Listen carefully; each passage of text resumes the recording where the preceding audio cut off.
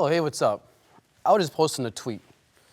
You see, for me, it's important for me to stay on top of my social media game. Because today it's not a question of are you on social media or not. We're all on social media. The question today is, how good is your social media game on Twitter? And by game, what I mean is, how many people see your tweets? Now, if you want more people to see your tweets, a couple of things you can do. So maybe you put a picture in your tweet. And maybe, if you're real smart, you'll put a picture of a cat in your tweet. But here's a question for you. Can the time I post my tweet actually affect how many people see it? Well, to answer that question, why don't we step back a bit? And let's think about, how do we socialize in the real world? So let's take a simple example. Let's say I'm at a party, Friday night, and there's some girl that I want to talk to. Now, right now, she's at the party.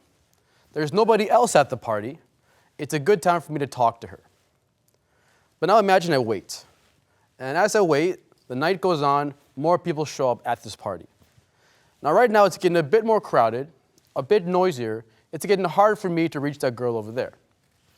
If I wait even longer, then more and more people show up. Now it's getting really crazy, really crowded, really loud. At this point, it's impossible for me to reach that person. On top of that, at this point, she's been there so long, she might as well get up and leave. And when she leaves, I've missed my chance. So this is how it works in the real world when you want to reach somebody. But the thing is, social networks are exactly the same. Because I'm talking to my friend Susie online, and me and Susie are chatting, and just the two of us. It's really easy for me to talk to Susie. She can hear me pretty clearly. The problem is in online, there's a lot of people around, many friends, many conversations, and it gets real hard for me to reach Susie with my message. So Twitter is exactly the same. Twitter is all these tweets going around, all this noise, and you're trying to reach somebody through this noise. So the question is, how do I cut through this noise and reach somebody on Twitter with my message? Well, it's time for tweet time. It's time for us to actually time our tweets the right way so that we can cut through this noise on Twitter and reach somebody with our message. So let's take a simple example. Let's say that I'm the person that someone's trying to reach on Twitter. And let's say that someone happens to be Taylor Swift. You know, it could happen. Now, if Taylor wants to be able to see her tweet, then she's got to post it at the right time. So how am I going to see that tweet? Well, it's going to happen on my phone, because that's how I check Twitter. So when she posts her tweet, it's going to sit at the top of my Twitter feed. Now what happens is, as time passes, the other people I follow on Twitter, they're also going to tweet. And they're going to push her tweet down my feed.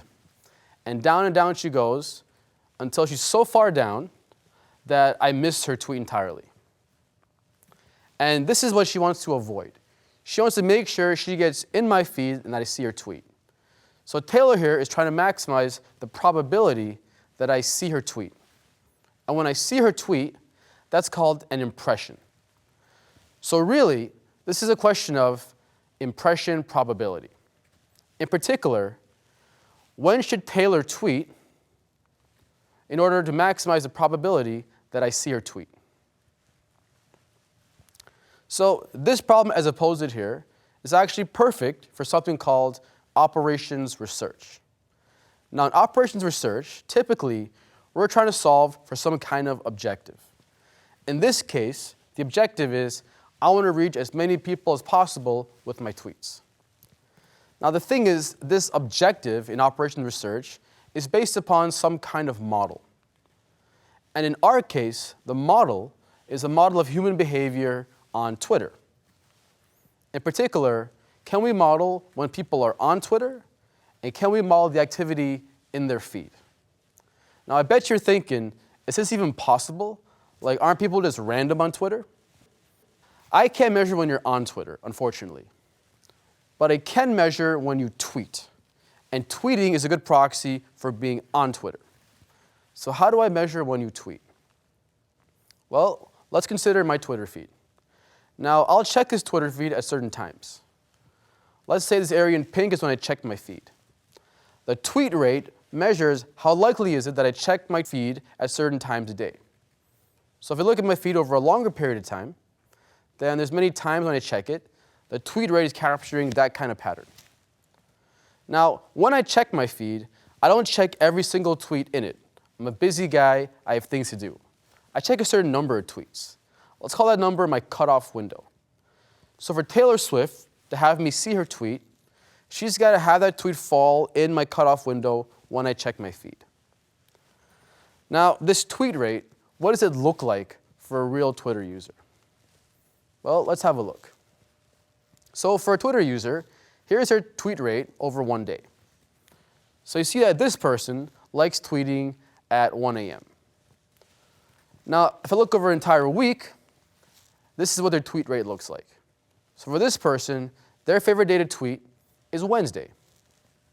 So you see that the behavior is random, but it isn't that random. So probably we could model this tweet rate behavior. So how about the activity in the feed? How do you measure that? Well, we can measure that with what we call my timeline rate. Now, my timeline rate measures how many tweets per hour are popping up in my feed at different times a day. So what does a real person's timeline rate look like? Well, if we have a look, we see it looks like this for one person. So over a one-day period, we see that their timeline gets really busy at about 8 o'clock in the morning. If we look at an entire week, a real clear pattern becomes evident. That this timeline gets real busy in the daytime, cools down at the night, and it's more busy in the weekdays than the weekends. So again, it's random, but it isn't that random. There's a pattern here as well, which means we can also model the feed. We have everything we need to calculate our impression probability. So let's say that Taylor Swift is going to tweet at subtime t. Let's call Q of t the probability I see that tweet she posts. So this is the impression probability. So what is this impression probability? Well, it turns out with my model, I can solve for it exactly. And if I do that, I get this equation. So look at that. We got a sum, we got an integral, we got a factorial. It's just a total mess. It makes no sense. However, if I make a couple of small approximations, then the equation for the impression probability goes from this into this. And now things become really clear. Q, of course, is our impression probability. But the other things in the equation, those are the exact things we talked about in our model earlier. So for example, we have the timeline rate. Now the tweet rate, that kind of measures, if you go back to our party analogy, when I'm at the party. So a higher tweet rate means there's a better chance I'm at the party, better chance to reach me. The timeline rate here, that kind of measures how many people are at the party. If I have a smaller timeline rate, less people at the party, easier to reach me, and higher impression probability. And finally, the cutoff window. So if I have a bigger cutoff window, better chance you can reach me. So a bigger cutoff window will give you a bigger impression probability. All of your intuition about socializing in the real world maps directly into the online world. Now we have this impression probability equation. We have our tweet time equation. But I bet you're wondering, what does it look like for a real person, this Q of t? Well, let's check it out. For one Twitter user, this is their impression probability over a one-day period.